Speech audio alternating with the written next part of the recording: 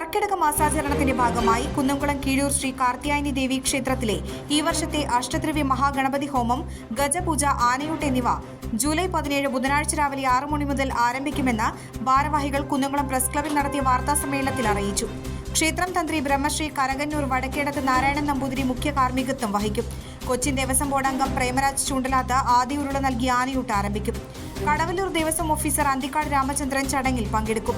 കുന്നംകുളം മേഖലയിൽ ഈ വർഷം ആദ്യമായി നടക്കുന്ന ആനയൂട്ടിൽ 20-ൽ പരം ആനകൾ പങ്കെടുക്കും.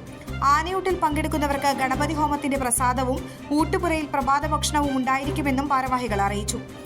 ഭാരവാഹികളായ ക്ഷേത്ര ഉപദേശക സമിതി secretary Madhu K Nair, treasurer K Dinesh Kumar, joint secretary MP Prakash, സംയുക്ത ഉത്സവ സമിതി secretary C Praveen Kumar, convener Ajeesh എന്നിവർ വാർത്താ സമ്മേളനത്തിൽ പങ്കെടുത്തു.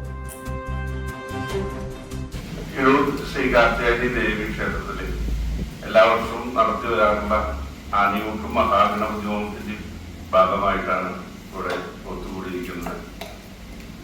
എല്ലാ വർഷത്തേക്കാൾ ഉപരിയായി ഈ വർഷം 20-ൽ പരം ആനകൾ പങ്കെടുക്കുന്ന ആനയൂട്ടാണ് നമ്മൾ സംഘടിപ്പിച്ചിട്ടുള്ളത്.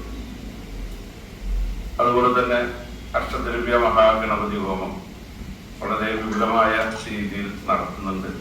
പ്രത്യക്ഷ മഹാഗണപതി ഹോമമായിട്ടാണ് നടത്തുന്നത്. ഗജപൂജയും അത് കഴിഞ്ഞാണ് 8:30 ആനയൂട്ട് ആരംഭിക്കുന്നത്. തുടർന്ന് ഭക്തജനങ്ങൾക്ക് പ്രഭാത ഭക്ഷണം നൽകുന്നുണ്ട്. മാത്രമല്ല ഈ ആനയൂട്ടില് ഭക്തജനങ്ങൾക്ക് പങ്കെടുക്കാനുള്ള ഒരു അവസരം കൂടി നൽകുന്നുണ്ട്.